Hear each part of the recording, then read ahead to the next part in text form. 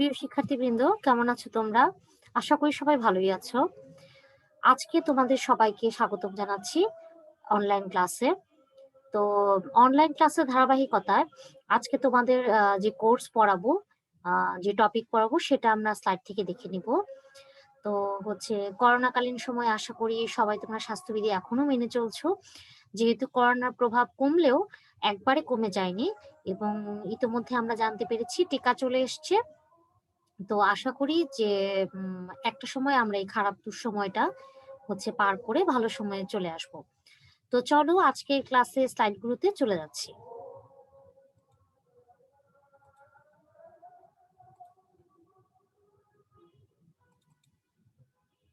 ঢাকা কলেজে আয়োজিত অনলাইন ক্লাসে তোমাদের সবাইকে আবারও স্বাগতম জানাচ্ছি। কলেজ ক্লাসের অনলাইন ক্লাসের শিডিউল অনুযায়ী আজকে অনার্স তৃতীয় বর্ষে যে ৩০৪ নম্বর কোর্স এপিডেমিওলজি সেটার উপর আজকে আমি ক্লাস নিব। তো এপিডেমিওলজি কোর্সে আমরা মোটামুটি সিলেবাসটা প্রায় কমপ্লিট করে এসেছি এবং আমরা লাস্ট যে চ্যাপ্টারটা পড়ছিলাম সেই চ্যাপ্টার একটা ক্লাস অলরেডি হয়েছে। আজকে তার সেকেন্ড ক্লাসটা অর্থাৎ পরবর্তী ক্লাসটা হবে। তো আজকে ক্লাসের মধ্য দিয়ে মোটামুটি তোমাদের এপিডেমিওলজির যে সিলেবাস সেটা মোটামুটি পরিসমাপ্তি ঘটবে। তো চলো পরের স্লাইডে যাই। তো এখন যেহেতু তোমরা আমাকে অনেকদিন হয়ে গেছে চেনো, তবু ফর্মালিটি হিসেবে পরিচয়টা তো দিতেই হয়। আমি Tithi Das, lecturer, department of statistics, Dhaka college, Dhaka. এইবার চলো আমরা দেখে নিই যে আজকে আমরা কোন টপিকের উপরে ক্লাস করব।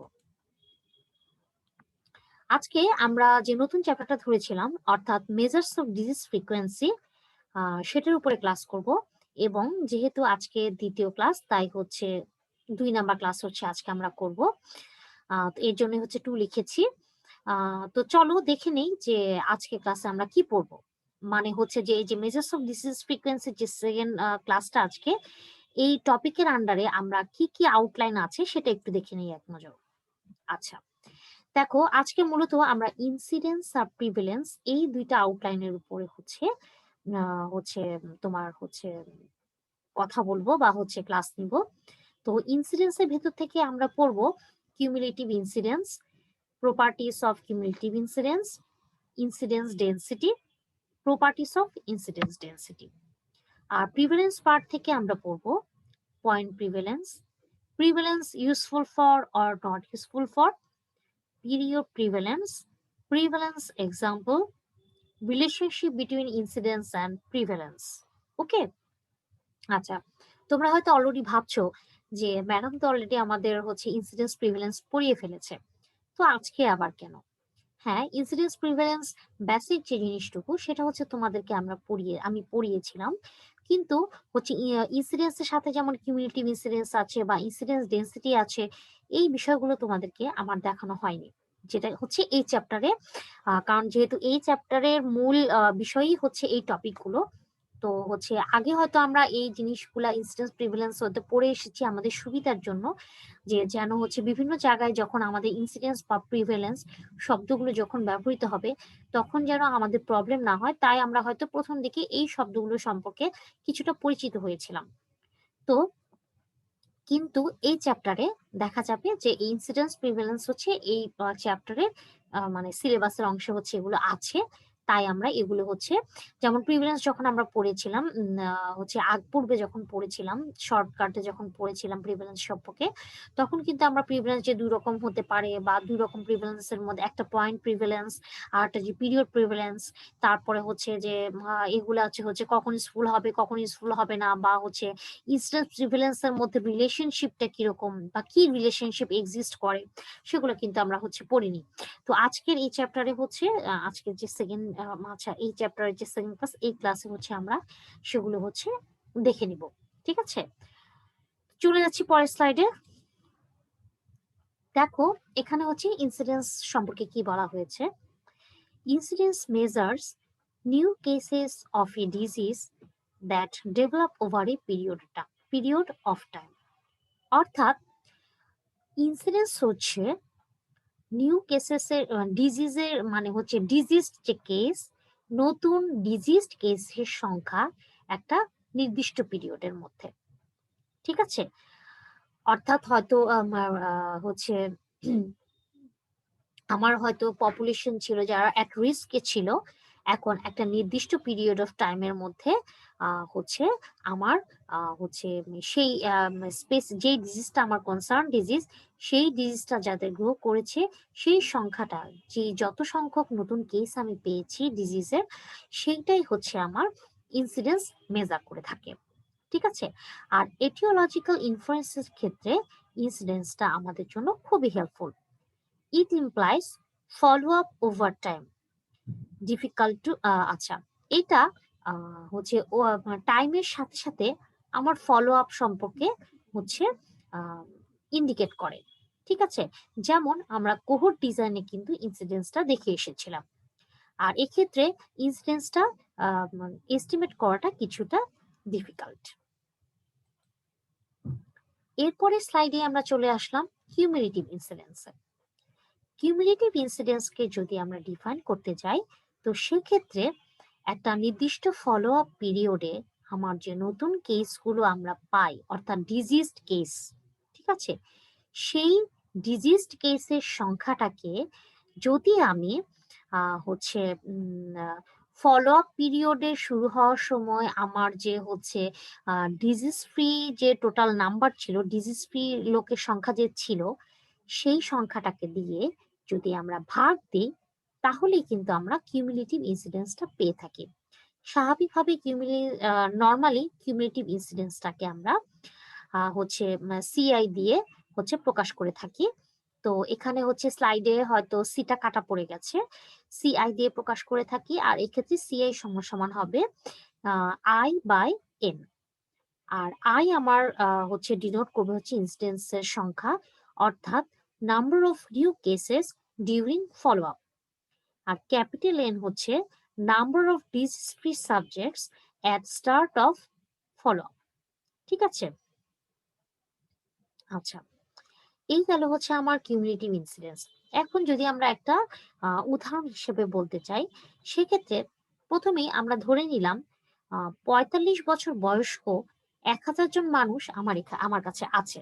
ঠিক আছে? অর্থাৎ ক্যাপিটাল এন এর মান হচ্ছে আমার 1000। ঠিক আছে? আচ্ছা, এই 1045 1000 পিপলকে আমি 10 বছর ধরে ফলো আপ করলাম।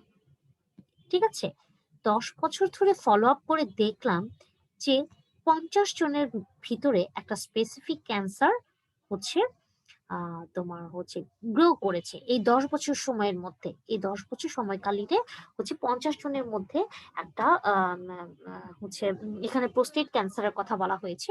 প্রোস্টেট ক্যান্সারটা হচ্ছে ডেভেলপ করেছে। ঠিক আছে? তাহলে এখানে ক্যাপিটাল এন এর মান হচ্ছে সেই 1000 জন লোক, আর আই এর মান হচ্ছে আমার 50 যাদের হচ্ছে ক্যান্সারটা গ্রো করেছে। আর ফলো আপ পিরিয়ড যেটা, অর্থাৎ ফলো আপ করেছে যে সময়কালটা, সেটা হচ্ছে আমার 10 ইয়ার্স। তাহলে কিউমুলেটিভ ইনসিডেন্সের সূত্র অনুযায়ী যদি আমি মান বসাই, অর্থাৎ কিউমুলেটিভ ইনসিডেন্স, আমি এখানে দেখো স্লাইডে একটা কার্ড দিয়েছি। যেহেতু আমার এস্টিমেট করা হয়ে গেছে, সাধারণত যে জিনিসগুলো আমরা এস্টিমেট করে থাকি, এস্টিমেটেড হয়ে গেলে সেক্ষেত্রে সেটা আমরা হচ্ছে একটা কার্ড সাইন দিয়ে থাকি। তাহলে কিউমুলেটিভ ইনসিডেন্স ইকুয়াল টু হবে হচ্ছে আই বাই ক্যাপিটাল এন, অর্থাৎ 50 ডিভাইডেড বাই 1000, অর্থাৎ 0.05, যেটাকে আমরা পার্সেন্টেজ করলে হয় হচ্ছে 5%। তাহলে হচ্ছে 10 ইয়ার্স ফলো আপ পিরিয়ডের রিস্ক আছে হচ্ছে 10 ইয়ার রিস্ক হচ্ছে আমার কিউমুলেটিভ ইনসিডেন্সের মাধ্যমে আমরা পাচ্ছি, যেটা কিনা হচ্ছে আমার 5%। এখানে আমরা কিছু প্রপার্টিস অফ কিউমুলেটিভ ইনসিডেন্স দেখতে পাচ্ছি। অর্থাৎ কিউমুলেটিভ ইনসিডেন্সে কিছু প্রপার্টি যদি আমরা দেখতে চাই, সেক্ষেত্রে আমাদের হচ্ছে মোটামুটি 5টা প্রপার্টি বলো, বা এটাকে তুমি অ্যাডভান্টেজ হিসেবেও বলতে পারো বা ডিসঅ্যাডভান্টেজ হিসেবেও বলতে পারো। তাহলে সেক্ষেত্রে দেখো সে পয়েন্টগুলো আমার কি কি। প্রথম যে পয়েন্ট আছে সেটাই হচ্ছে most common way to estimate risk, অর্থাৎ কিউমুলেটিভ ইনসিডেন্স হচ্ছে রিস্ক এস্টিমেট করার একটা খুব কমন ওয়ে। তারপরে দেখো always a proportion bounded between 0 and 1, cumulative incidence সবসময় প্রপোর্শন নির্দেশ করে, অর্থাৎ এটা কিন্তু রেট না, এটা প্রপোর্শন। আর এই ক্ষেত্রে আমার হচ্ছে কিউমুলেটিভ ইনসিডেন্সের ভ্যালুটা 0 থেকে 1 এর মধ্যে সাধারণত হয়ে থাকে। যেমন দেখো আমি আগের যে অঙ্কটা আমরা হচ্ছে যে উদাহরণটা দিয়েছিলাম সেখানে কিন্তু আমার হচ্ছে অ্যান্সার এসেছিল কত, 0.05, ঠিক আছে, অর্থাৎ 0 থেকে 1 এর মধ্যে ছিল।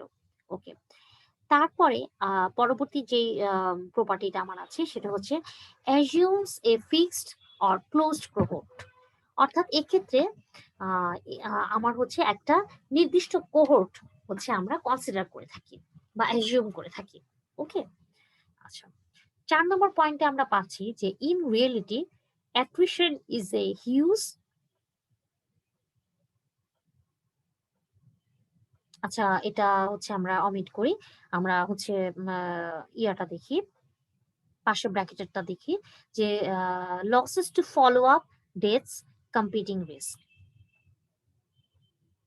ও আচ্ছা, সরি, 4 নম্বর পয়েন্ট হচ্ছে in reality attrition is a huge problem, অর্থাৎ যখন আমরা কিউমুলেটিভ ইনসিডেন্স হচ্ছে বের করতে যাই সেক্ষেত্রে দেখা যায় ফলো আপ করার সময় যে এই যে যেমন হচ্ছে উদাহরণটা দিয়েছিলাম যে 10 ইয়ার্স ফলো আপ করেছি আমরা, এই 10 ইয়ার্স এর মধ্যে দেখা যাচ্ছে এই যে 40 এইজ যে 1000 লোক আমরা নিয়েছিলাম, দেখা যাবে এই 10 ইয়ার্স এর মধ্যে অনেকেই হয়তো হচ্ছে মারা গেছে।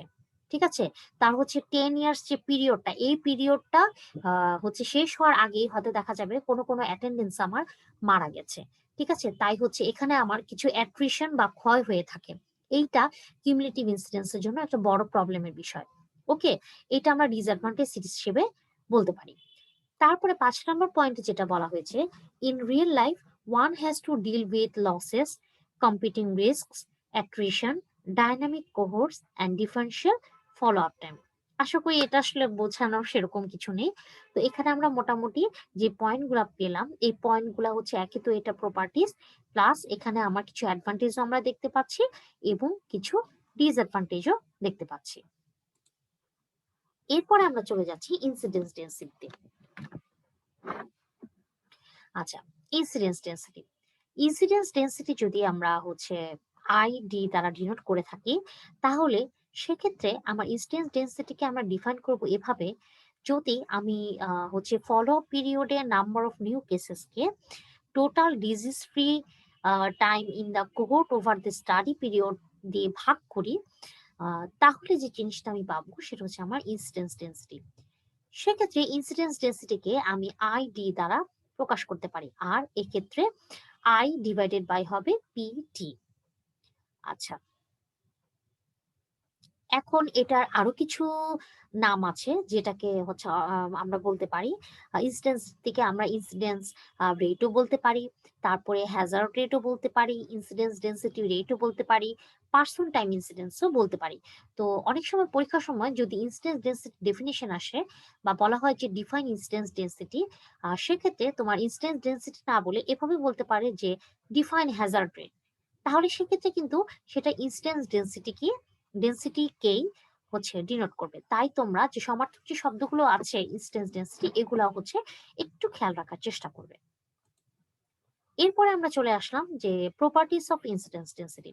ইনসিডেন্স ডেন্সিটির প্রপার্টি গুলা কি কি?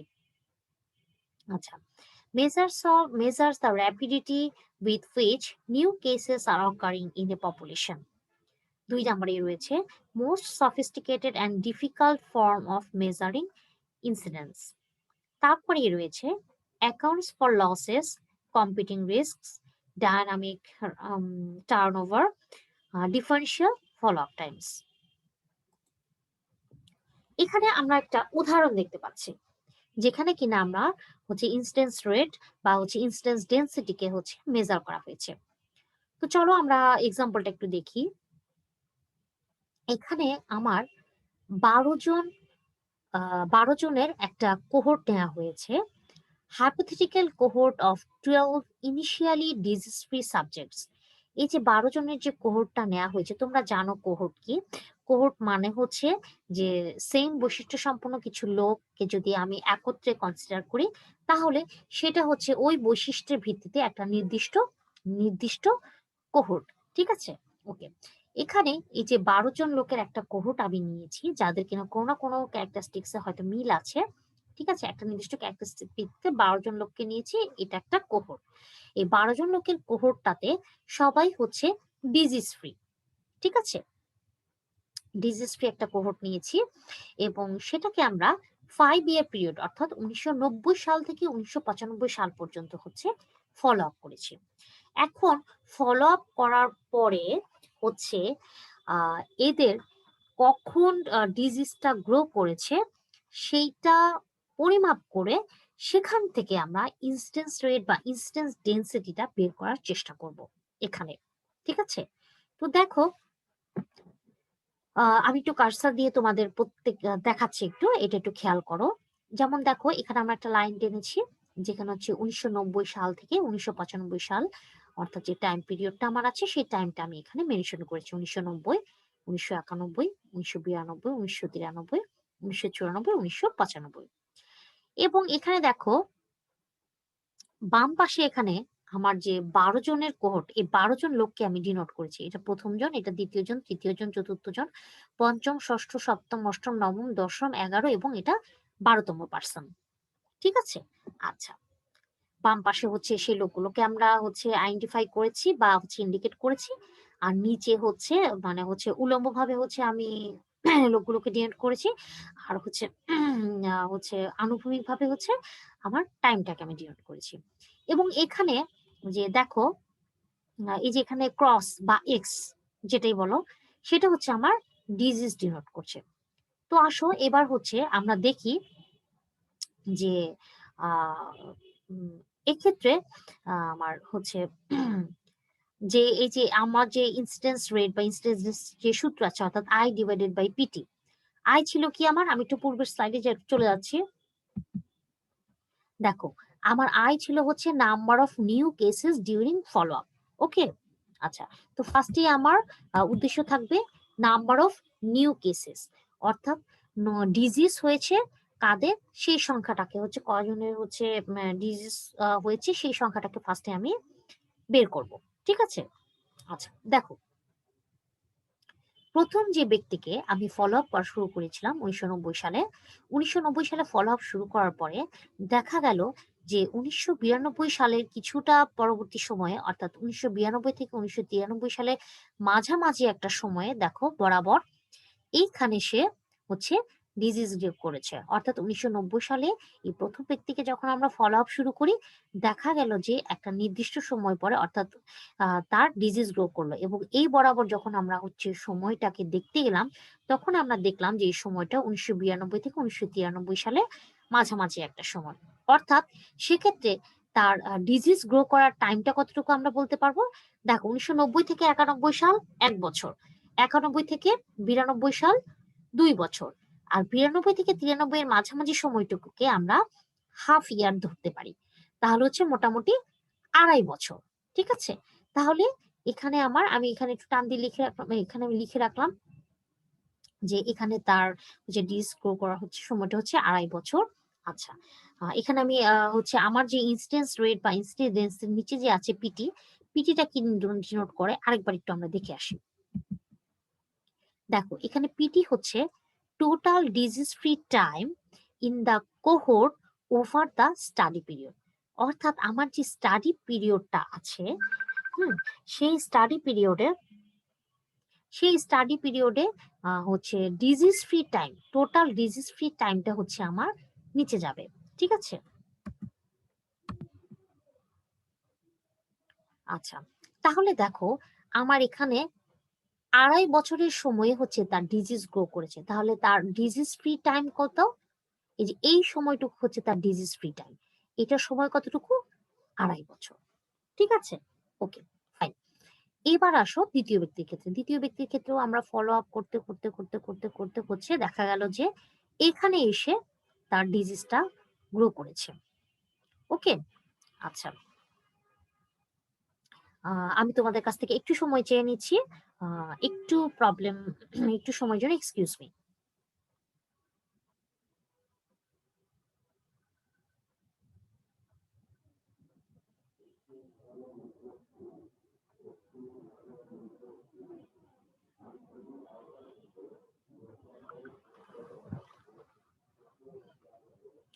আচ্ছা ওকে আচ্ছা যেটা বলছিলাম থ্যাংক ইউ হচ্ছে আমি একটু কাজে হচ্ছে হয়ে গেছিলাম এঙ্গেজ হয়ে গেছিলাম। আচ্ছা দেখো ২ নাম্বার যেটা ২ হচ্ছে দ্বিতীয় ব্যক্তি যিনি তিনি হচ্ছে ১৯৯০ সালে এই যে দেখো তাকে ফলো আপ করছি।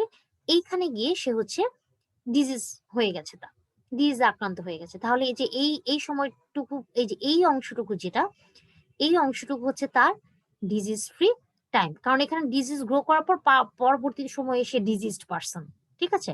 তাহলে এই সময়টুকু এই যে ১ম থেকে শুরু করে এই ক্রসের আগ পর্যন্ত সময়টুকু হচ্ছে তার ডিজিজ ফ্রি টাইম। তাহলে ডিজিজ ফ্রি টাইমটা এখানে কতটুকু আমরা একটু দেখি। এই বরাবর চলে যাই। এই বরাবর গিয়ে দেখলাম যে ১৯৯৩ থেকে ৯৪ সালের মাঝামাঝি পর্যন্ত সময় সে হচ্ছে ডিজিজ ফ্রি ছিল এবং ওই মধ্যবর্তী সময়ে তার হচ্ছে ডিজিজটা গ্রো করেছে। তাহলে দেখো ১৯৯১ সাল পর্যন্ত ১ বছর, ১৯৯২ সালে ২ বছর, ১৯৯৩ সালে ৩ বছর এবং ১৯৯৩ সালের পর মোটামুটি আরো হচ্ছে অর্ধেক বছর তার হচ্ছে ডিজিজ গ্রো করার জন্য লেগেছে বা সে ডিজিজ ফ্রি ছিল। ঠিক আছে? তাহলে এখানে আমার ৩.৫ বছর। তাহলে সে এই সময়টা হচ্ছে ৩.৫ বছর অর্থাৎ ৩.৫ বছর সময় সে ডিজিজ ফ্রি ছিল এই সময়টা। ঠিক আছে? এই যে এই সময়টা। ওকে। এরপরে তৃতীয় ব্যক্তির ক্ষেত্রে আসি। তৃতীয় ব্যক্তির ক্ষেত্রে তাকে ফলো আপ করছি। তো হচ্ছে দেখা গেল যে হচ্ছে মোটামুটি ১.৫ বছর সময় হচ্ছে সে ডিজিজ ফ্রি ছিল। ১৯৯১ সাল পর্যন্ত ১ বছর। তারপরে হচ্ছে আ আ সরি এখানে মনে হয় সম্ভবত হচ্ছে আ প্রিন্টিং মিস্টেক এর কারণে এখানে ক্রসটা উঠেনি। তো মোটামুটি এখানে হচ্ছে ১.৫ বছর কারণ হচ্ছে ৯১ এখানে একটা ক্রস হবে এই যে এই জায়গাটাতে। আচ্ছা তো এখানে হচ্ছে একটু ১ মিনিট। ১, ২ আচ্ছা। এখানে সে ডিজিজ গ্রো করেনি। তাকে আমি অবজার্ভ করেছি। কিন্তু সে ডিজিজ গ্রো করেনি। তো মোটামুটি তাকে হচ্ছে আ হচ্ছে হয়তো সে এই সময়ের পরে ১.৫ বছর পরে হয়তো সে মাইগ্রেট হয়ে গেছে। যার ফলে তাকে আমি আর তার পরবর্তীতে ১.৫ বছর পরে তাকে আর আমি হিসাবে আনছি না। ঠিক আছে? তাহলে তার হচ্ছে এখানে হচ্ছে ডিজিজ ফ্রি টাইমটা হচ্ছে ১.৫ বছর। ওকে। তারপরে আসো চতুর্থ ব্যক্তির ক্ষেত্রে। চতুর্থ ব্যক্তির ক্ষেত্রে তাকে হচ্ছে ১৯৯১ সালে ফলো আপ শুরু করার পরে হচ্ছে ফলো আপ করতে যখন হচ্ছে ১৯৯১ থেকে ১৯৯২ ১ বছর, তারপরে ১৯৯৩ সালে ২ বছর, তারপরে ১৯৯৩ থেকে ৯৪ এর মাঝামাঝি সময়ে আচ্ছা ৯৩ এর পরে মাঝামাঝি সময়ে সে মাইগ্রেট হয়ে গেছে। তাই তার এই ২.৫ বছর যে সময়কালটা, এই ২.৫ বছর সময়কালটা হচ্ছে তার ডিজিজ ফ্রি টাইম। এর পরবর্তীতে সে হচ্ছে মাইগ্রেট হয়ে অন্য কোথাও চলে গেছে। তাই তার পরবর্তীতে তাকে আমি আর অবজার্ভ করব না ২.৫ বছরের পরে। ওকে? তারপরে দেখো পঞ্চম ব্যক্তির ক্ষেত্রে। পঞ্চম ব্যক্তির ক্ষেত্রে তাকে আমি ১৯৯১ সালে ফলো আপ করা শুরু করেছি। তো তাকে আমি ফলো আপ করছি।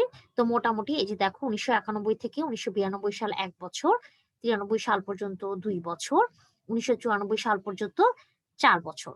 মোটামুটি ৪ বছর সে হচ্ছে ডিজিজ ফ্রি ছিল। তারপর তার আর কোনো খোঁজ পাওয়া যায়নি। ওকে। তো হচ্ছে এই গেল হচ্ছে পঞ্চম ব্যক্তির কথা। এবার ষষ্ঠ ব্যক্তিকে আমি ১৯৯১ সালে ফলো আপ শুরু করি। তাকে ফলো আপ শুরু করা হয় এবং ১৯৯১ সালের আ হচ্ছে মোটামুটি ৯১ সালের পরে ১৯৯১ থেকে ৯২ সালের মাঝামাঝি একটা সময়ে অর্থাৎ আ আ হচ্ছে সে হচ্ছে ডিজিজে আক্রান্ত হয়। তাহলে দেখো ১৯৯২ সাল পর্যন্ত যেতে পারেনি। তো এই মাঝামাঝি সময় এখান থেকে এতটুকু সময়, এই যে এখান থেকে এতটুকু সময় এই হচ্ছে হাফ ইয়ার, এই হাফ ইয়ার সে হচ্ছে ডিজিজ ফ্রি ছিল। অর্থাৎ ০.৫। তারপরে দেখো সপ্তম ব্যক্তির ক্ষেত্রে। সপ্তম ব্যক্তির ক্ষেত্রে ১৯০০ আচ্ছা ১৯৯২ সালে তাকে ফলো আপ করা শুরু করে আ হচ্ছে বা ১৯৯৩ পর্যন্ত পৌঁছায়নি। অর্থাৎ এই যে পুরো ১ বছর কিন্তু আমার হয়নি। মাঝামাঝি সময়ে মোটামুটি ০.৫ আরকি সময়কাল সে হচ্ছে ডিজিজ ফ্রি ছিল। আচ্ছা এরপরে আসি অষ্টম ব্যক্তির ক্ষেত্রে। অষ্টম ব্যক্তির ক্ষেত্রে দেখো ১৯৯২ সালে তাকে হচ্ছে আমরা ফলো আপ করে শুরু করে ১৯৯২ থেকে ১৯৯৩ সাল পর্যন্ত ১ বছর। তারপরে হচ্ছে ১৯৯৪ সাল পর্যন্ত হচ্ছে ২ বছর বা আরেকটু বাড়িয়ে হচ্ছে মোটামুটি ২.৫ বছর সে ডিজিজ ফ্রি ছিল। ওকে? আচ্ছা। তারপরে দেখো নবম ব্যক্তি যাকে 1992 সালে হচ্ছে ফলো আপ শুরু হয়েছিল। 1992 সালে শুরু করে হচ্ছে 2.5 বছর সময়ে হচ্ছে সে ডিজিজ আক্রান্ত হয়। তাহলে এই 2.5 বছর হচ্ছে তার হচ্ছে ডিজিজ ফ্রি টাইম। নবম ব্যক্তির ক্ষেত্রে হচ্ছে 1993 সালে তাকে হচ্ছে ফলো আপ করে মোটামুটি 2 বছর পর 1995 সালে এই 2 বছর হচ্ছে তার আ উম কি বলবো ডিজিজ ফ্রি টাইম। ওকে, 11তম ব্যক্তির ক্ষেত্রে আমরা দেখতে পেলাম যে মোটামুটি 1.5 বছর হচ্ছে তার ডিজিজ ফ্রি টাইম। একইভাবে 12তম ব্যক্তি হচ্ছে 1.5 বছর ডিজিজ ফ্রি টাইম। এখানে তোমরা বলতে পারো যে এখানে 1.5 কিভাবে হিসাব হলো, এটা একটু বলছি। দেখো 1992 থেকে এই জায়গাটা থেকে 1993, ঠিক আছে, এই জায়গাটা পর্যন্ত হচ্ছে 1 বছর। আর এই যে দেখো 1992 সালের আগে কিছুটা অংশ আছে, 1993 সাল যদি এই পর্যন্ত হয়ে থাকে, এরপরে কিছুটা ছোট অংশ আছে। এই ছোট ছোট দুইটা অংশ মিলে আরো 0.5 ধরা হয়েছে, মানে হাফ ধরা হয়েছে। তাহলে 1 আর ওইটুকু মিলিয়ে আরো 0.5 ধরা হয়েছে, যার ফলে 1.5 হয়েছে। তো এই গেল হচ্ছে আমার এই 12 জন ব্যক্তির প্রত্যেকের জন্য হচ্ছে ডিজিজ ফ্রি টাইম। আর উপরে আই এর মান আমার কি ছিল, নতুন কেসের সংখ্যা, অর্থাৎ কয়জন ডিজিজ আক্রান্ত হয়েছে। তো আমরা এখানে কিন্তু ক্রস বা এক্স দিয়ে ডিজিজকে ডিনোট করেছিলাম। তো দেখো এখানে কয়টা ক্রস আছে, এই যে 1টা 2টা 3টা 4টা 5টা। তাহলে নাম্বার অফ নিউ কেসেস আমার কয়টা, 5টা। এই যে দেখো আই এর মান আমরা 5 দিলাম। আর এই যে 2.5 3.5 1.5, তারপর হচ্ছে 2.5 4 0.5 0.5 2.5 2.5 2 1.5 1.5, এই সবগুলোই হচ্ছে আমার ডিজিজ ফ্রি পিরিয়ড। তাহলে হচ্ছে এই পিটির মান হচ্ছে সেই সংখ্যাগুলোরই হচ্ছে আমি 12 জনের 12টা ডিজিজ ফ্রি টাইম হচ্ছে আমরা এখানে যোগ করেছি। ওকে, আচ্ছা, তাহলে দেখো এখানে আমরা 5 দেখো পিওয়াই দিয়ে হচ্ছে পার্সন ইয়ার বোঝানো হয়েছে, 2.5 পার্সন ইয়ার 3.5 পার্সন ইয়ার, এটা ঠিক আছে এরকম করে। তো 25 পার্সন ইয়ার এসছে আমার যোগ করে। তাহলে 5কে 25 দিয়ে ভাগ করে 0.20, যেটাকে আমরা পার্সেন্টেজ করলে হয় হচ্ছে 20%। তাহলে 20 নিউ কেসেস, যেহেতু আমার 20% মানে প্রতি 100 জনে 20 জন, তাহলে হচ্ছে প্রতি 100 জনে আমার 20টা নিউ কেস আমরা পাচ্ছি। তাহলে 20 নিউ কেসেস পার 100 পার্সন ইয়ার্স। ওকে, আচ্ছা, এরপরে আমরা চলে যাব প্রিভ্যালেন্সে।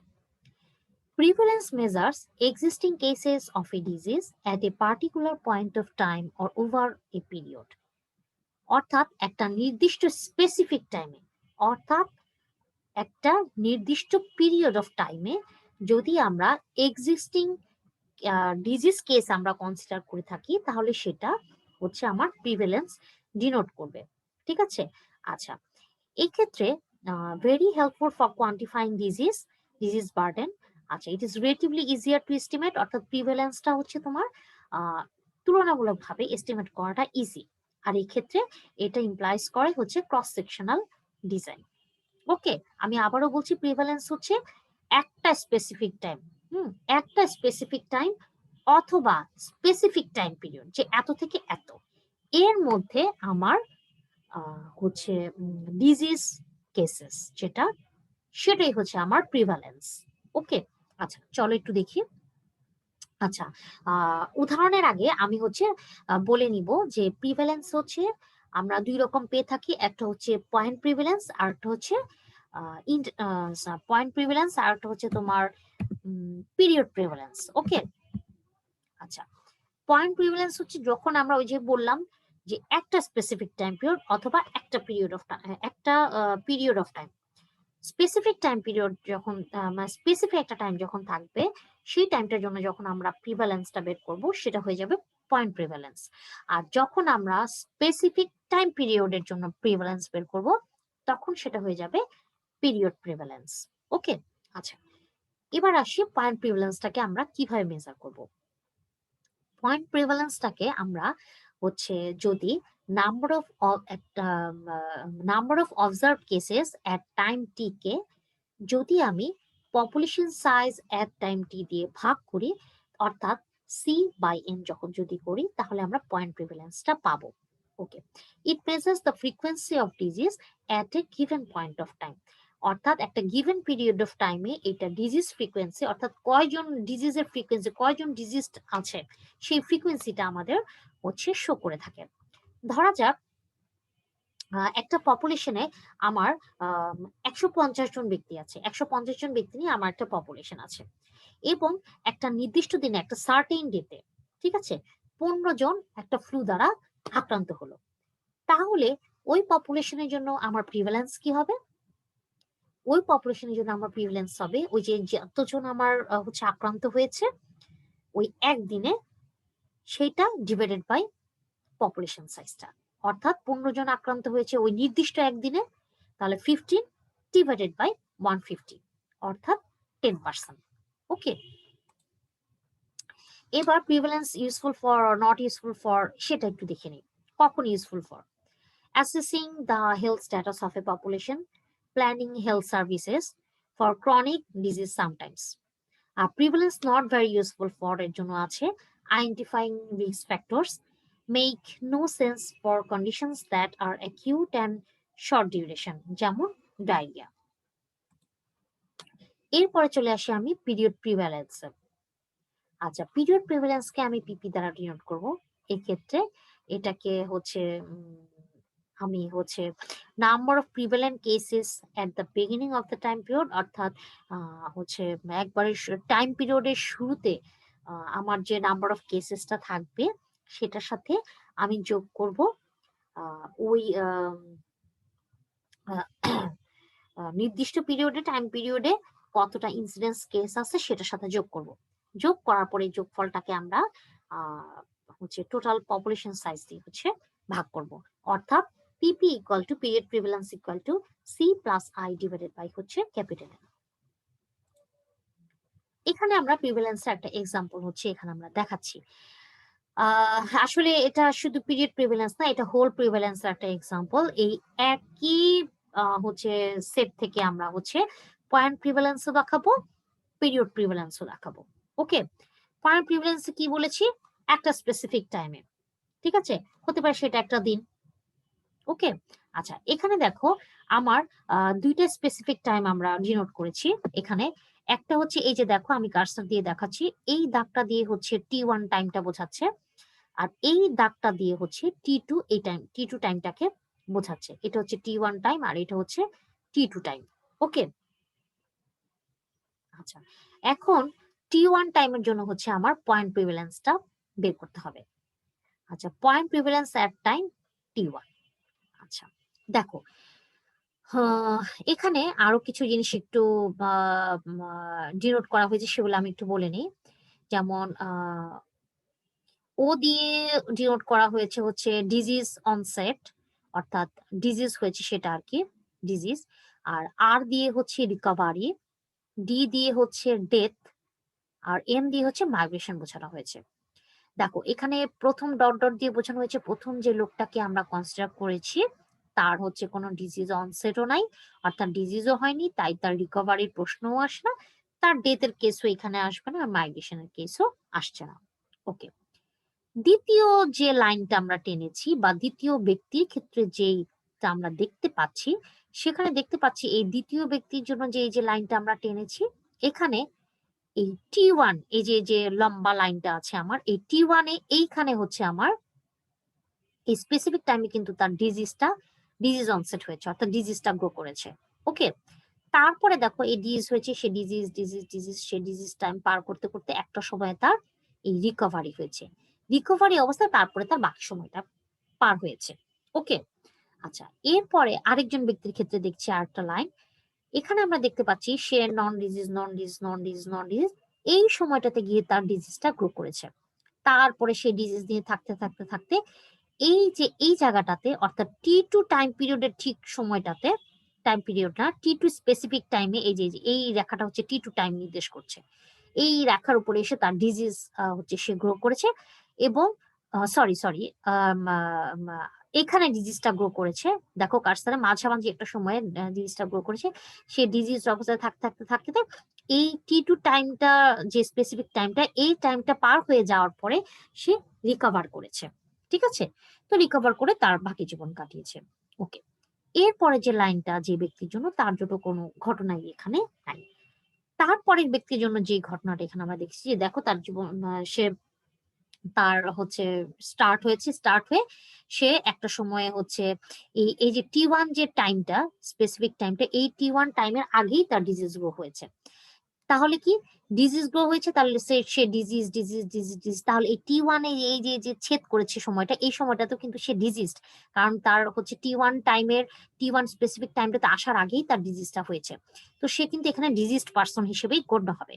তো সে এগুতে এগুতে তারপরে যেতে যেতে সে একটা সময় গিয়ে আবার সে হচ্ছে এই ডিজিজড অবস্থায় সে হচ্ছে মাইগ্রেট করে গেছে বা মাইগ্রেশন হয়েছে, সে হচ্ছে এখান থেকে চলে গেছে, তারপরে সে আমার কনসিডারের মধ্যে পড়বে না। আচ্ছা, তারপরে যে ব্যক্তির ঘটনা এখানে দেখানো হয়েছে, দেখো তার লাইফ, তার জীবদশা হচ্ছে তার হচ্ছে তাকে আমরা ফলো আপ করছি।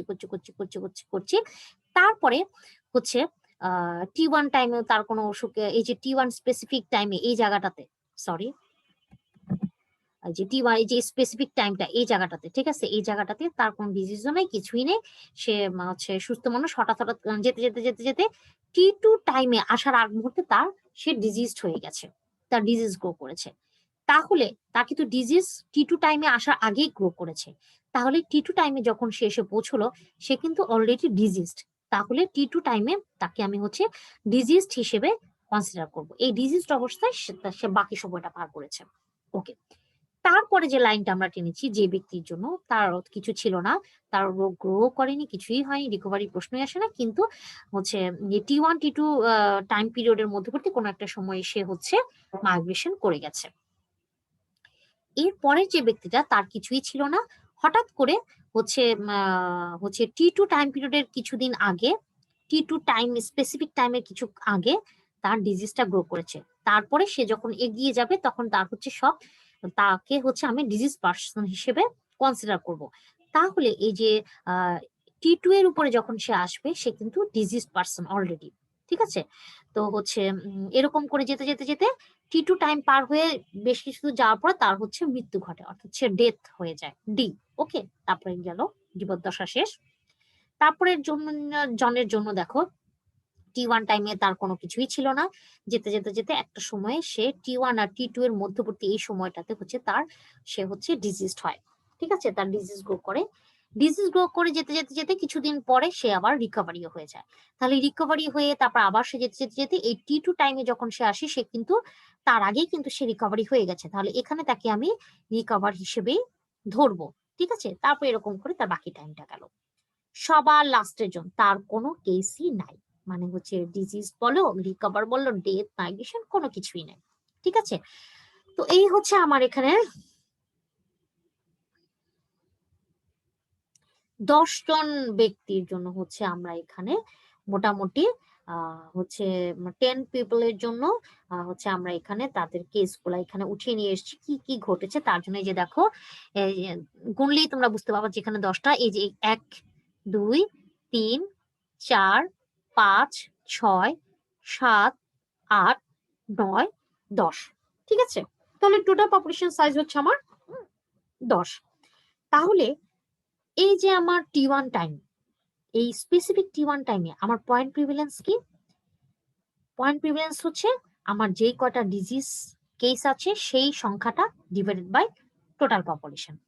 আমার এখানে T1 টাইমের উপর দেখো তো আমার ডিজিজ কয়টা আছে, এই একটা, দুইটা আছে, তাহলে 2 divide by total population 10।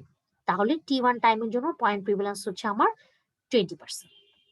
Same ওয়েতে যদি আমরা এই যে T2 স্পেসিফিক টাইমটার জন্য যদি আমি হচ্ছে ডিজিজের সংখ্যা কয়টা আছে, এই একটা, দুইটা, তিনটা, তাহলে 3 ডিভাইডেড বাই হচ্ছে কি হবে, দেখো এখানে কিন্তু 8 হয়েছে। কেন 8 হয়েছে? দেখো এখানে এই T1 সময় শেষ করে T2 সময়ে আসার আগে এখানে কিন্তু আমার দুইটা মাইগ্রেশন কেস আছে। আমার কিন্তু এখানে 10 জন ছিল, কিন্তু এই 10 জনই কিন্তু আমার T2 টাইম পর্যন্ত আসতে পারে নাই। এই T2 টাইমে এই যে দাগটা টেনেছি T2 এর জন্য, T2 টাইমটার জন্য, এই T2 টাইমটা পর্যন্ত আসার আগে এই যে দেখো এখানে একটা এম আছে, এখানে একটা এম আছে, অর্থাৎ এই দুইজন ব্যক্তি মাইগ্রেশন হয়ে চলে গেছে, তো তারা আমার কনসিডারে আসবে না। আমার এখানে টোটাল কতজন ছিল? 10 জন ছিল। 10 জনের থেকে এই 2 জন কিন্তু আমার মাইগ্রেশন হয়ে চলে গেছে T2 টাইমে আসার আগে। তাহলে আমার এখানে টোটাল নাম্বার অফ পপুলেশন হবে হচ্ছে 8। ওকে, আচ্ছা, তাহলে 3/8 অর্থাৎ পার্সেন্টেজ করে যেটা হয়। আচ্ছা, এরপরে আসি আমি পিরিয়ড প্রিভ্যালেন্স। এই T1 আর T2 এই পুরা পিরিয়ডটাকে যদি আমি কনসিডার করি, তাহলে এটার জন্য আমার পিরিয়ড প্রিভ্যালেন্স হবে হচ্ছে 2 + 4 বাই টোটাল পপুলেশন 10। আর এখানে 2 হচ্ছে 2 কোনটা সেটা আমরা বলেছি তোমাদেরকে। দেখো, 2 হবে আমার হচ্ছে number of prevalent cases at the beginning of the time period. আর হচ্ছে আমার আই হবে হচ্ছে মানে যেটা আমার হচ্ছে মান ছিল 4, সেটা হচ্ছে number of instance cases that develop during period. Okay, আচ্ছা, এই গেল হচ্ছে আমার টোটাল হচ্ছে পিরিয়ড প্রিভিলেন্স, যেটা হচ্ছে 6/10 অর্থাৎ 60%। ওকে, তো এই ছিল হচ্ছে আমার প্রিভ্যালেন্সটা। এরপরে আমরা চলে আসি রিলেশনশিপ বিটুইন ইনসিডেন্স আর প্রিভ্যালেন্স, ইনসিডেন্স এবং প্রিভ্যালেন্সের মধ্যে সম্পর্কটা। ইনসিডেন্সকে যদি আমি এভারেজ ডিউরেশন দিয়ে গুণ দিই, তাহলে আমরা সেটা প্রিভ্যালেন্স নির্দেশ করবে। আর এক্ষেত্রে আমার অ্যাজাম্পশন হচ্ছে যেটা অবশ্যই স্টেডি স্টেবল পপুলেশন এবং রেয়ার ডিজিজের জন্য হতে হবে। আর যদি আমি ইনসিডেন্স রিস্ক এবং রেটের মধ্যে সম্পর্কের কথা বলতে চাই, সেক্ষেত্রে ইনসিডেন্স রেট আর ডিউরেশন অফ দ্য পিরিয়ডের গুণফলের সমান হচ্ছে আমার রিস্ক। ঠিক আছে, তো হচ্ছে এই হচ্ছে রিলেশনশিপ ইনসিডেন্স আর প্রিভ্যালেন্সের মধ্যে। তোমাদের যদি পরীক্ষা কখনো আসে যে write down the relationship between incidence and prevalence, তো সেক্ষেত্রে আশা করি তোমরা সেটা এখন পারবে। ওকে, তো আজকে হচ্ছে এই ছিল আমাদের টপিক। তো আশা করি তোমাদের যে ইনসিডেন্স প্রিভ্যালেন্সের যে এক্সাম্পল গুলা দিয়েছি বা বিষয়গুলা যে বোঝানোর চেষ্টা করেছি, সেগুলা তোমরা আশা করি বুঝতে পেরেছো। যদিও আমি হচ্ছে প্রথম দিকে ক্লাসে হচ্ছে ইনস্ট্যান্স প্রিভ্যালেন্স, একবার প্রথম দিকে অনলাইন ক্লাস হচ্ছে ইনস্ট্যান্স প্রিভ্যালেন্স হচ্ছে আরো কিছু দুই একটা উদাহরণ দিয়ে বলেছিলাম। তো ওগুলাও যদি তোমরা দেখো এই আজকের ক্লাসের পাশাপাশি, আশা করি তোমাদের ইনস্ট্যান্স প্রিভ্যালেন্স নিয়ে খুব একটা সমস্যা থাকার কথা নয়। ঠিক আছে, তো আজকের ক্লাস এই পর্যন্তই। সামনের দিন ক্লাস করার আবার আহ্বান জানিয়ে আজকে এখানেই বিদায় নিচ্ছি। সবাই ভালো থেকো, সুস্থ থেকো। ধন্যবাদ সবাইকে।